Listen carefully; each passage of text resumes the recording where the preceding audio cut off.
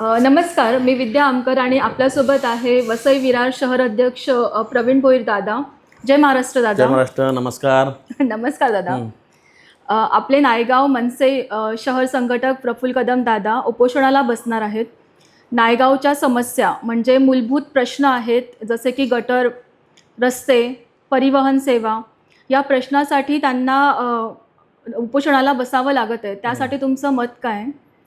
उपोषणाला बसायची वेळ का आली ते पहिल्यांदा तुम्ही जाणून घ्या.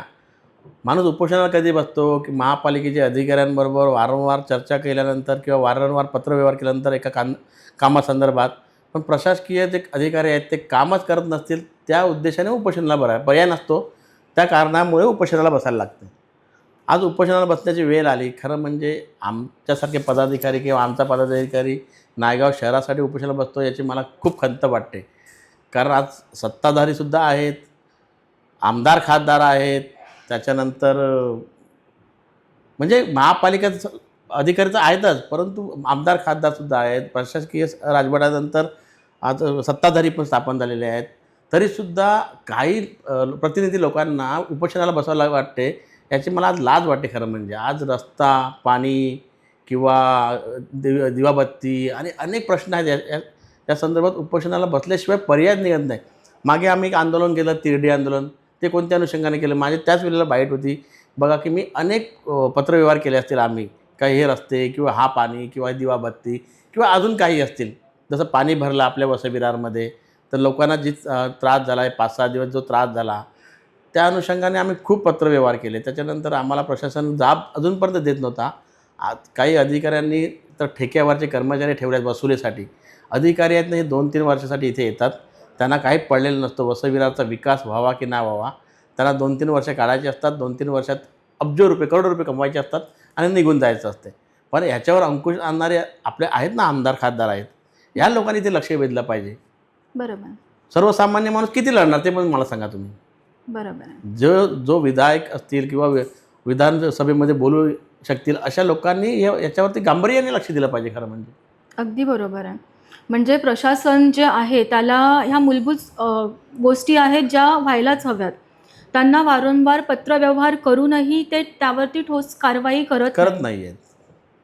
तर त्यासाठी तुमचं त्यांना मार्गदर्शन काय असेल? माझं मार्गदर्शन तेच असेल का जर आपल्याला जर सहजासहजी जे मिळत नसेल तर ते दुसऱ्या मार्गाने केलंच पाहिजे. मग आंदोलन करायला, उपोषणाला बसणं हे गरजेचंच आहे.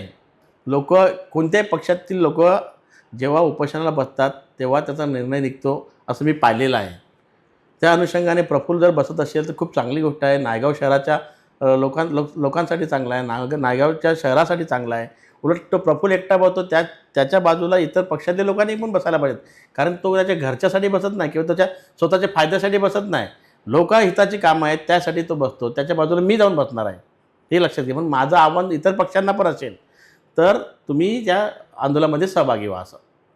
बरोबर. आता भूमिपुत्र फाउंडेशनचे अध्यक्ष सुशांत पाटील दादा, शिवसेना शहराध्यक्ष मंगेश दादा, त्यांनी सुद्धा या उपोषणाला पाठिंबा दिलेला आहे. मी त्यांचं खूप अभिनंदन करेन.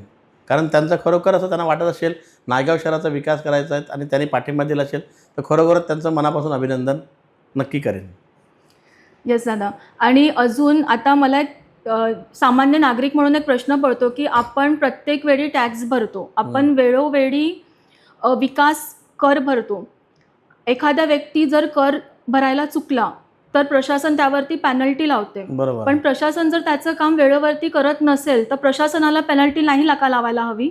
तेच ना, मी आता तुम्हाला तेच सांगतो. खरं म्हणजे ते जनतेचे नोकर आहेत, पण ते आत्ता स्वतःला मालिक समजून ते काम करतात. तर त्यांना त्यांची जागा दाखवण्यासाठी अशा पद्धतीने आपल्याला आंदोलन करावं लागेल. त्याशिवाय दुसरा पर्याय नाही आहे. तुम्हाला काय वाटतं की ह्या उपोषणानंतर सरकारचे डोळे उघडतील किंवा त्यानंतरही बंदच असतील? सरकारचे डोळे बंदच आहेत म्हणून ही वेळ आहे. सरकारने जर अधिकाऱ्यांवर जर कारवाई केली असती ना वेळोवेळी, तर असे अधिकारी निर्माणच नसते झाले. त्यांना भीतीच नाही सरकारची. लक्षात आलं का?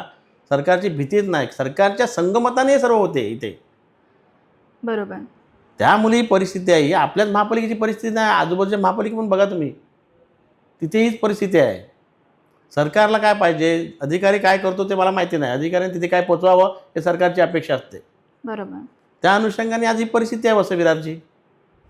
अगदी बरोबर. आणि अजून एक महत्त्वाचा आणि प्रत्येक कार्यकर्त्याच्या मनातला हा प्रश्न आहे, की ठाणे पालघर जिल्हाध्यक्ष, ठाण्याचे वाघ, डॅशिंग नेते अविनाश जाधव दादा हे या आंदोलनाला, उपोषणाला येणार आहेत का? येणारच ना, का नाही येणार? 100% येणार. आणि आमच्या सर्व मनसैनिक पदाधिकारी तिकडे असतील. मी नक्कीच. तुम्हाला मगाशी सांगितलं ना, की हे काम त्यांनी प्रफुल्ल त्याच्या स्वतःच्या फायद्यासाठी करत नाही, नायगाव शहराच्या विकासासाठी करतो ना. मग त्या ठिकाणी सर्वसामान्य माणसापासून इतर पक्षाचे लोकही सहभागी व्हावेत, अशी माझी इच्छा आहे. नक्कीच. म्हणजे आणि तुमचं नागरिकांना काय आव्हान असेल यासाठी? नागरिकांना काय आव्हान करायचं त्यांना? नागरिकांना आव्हान करण्यासाठी काय केलं पाहिजे आपण? यात प्रफुल्ल करतोय ना. नागरिकांना मी तर संदेश देतोय की तुम्हीही सहभागी व्हा. कारण नागरिक जो करच्या रूपात जो टॅक्स भरतो आपण, ते आपलेच पैसे आहेत. आज या एअर कंडिशन ऑफिसमध्ये महापालिकेचे लोक बसतात ना, जे आता 200-300 कोटीचं ऑफिस बनवलं, ते कोणत्या पैशाने बनवलं? वसविरांच्या करांच्या पैशानेच बनवलं की नाही? बरोबर. म्हणून थोडी तरी त्याला अधिकाऱ्यांनी लाज बाळगायला पाहिजे, की आज आपले घरचे पगार, आपले कुटुंब हे वसविराच्या जनतेच्या पैशाने चालते. तर जनतेसाठी तुम्ही स्वइच्छेने काहीतरी केलं पाहिजे. पण त्यांना तसं करायचंच नाही आहे. आता जनतेला जागं होण्याची वेळ आली आहे खरं तर. जनतेला जागा होण्याची वेळ तर कधीच आलेली आहे. आणि जनता एक दिवशी यांना धडा दाखवेलच, हे मी सांगू इच्छितो तुमच्या मार्फत. नक्कीच दादा. आणि अजून एक शेवटचा प्रश्न दादा. आता प्रफुल्ल कदम दादा जनतेसाठी, जनतेच्या प्रश्नांसाठी उपोषणाला बसत आहेत. जर उपोषणाला बसल्यावरतीही सरकारचे डोळे नाही उघडले, त्यांना जाग नाही आली, तर मग मनसेची पुढची भूमिका काय असेल? मनसेची पुढची भूमिका मंत्रालयावर मोर्चा. 100% मग मंत्रालय मोर्चा काढणार. नक्कीच. म्हणजे प्रशासनाने डोळे उघडावे, नाही तर त्यांच्यासाठी आत्ता काही खरं नाही आहे. धन्यवाद दादा.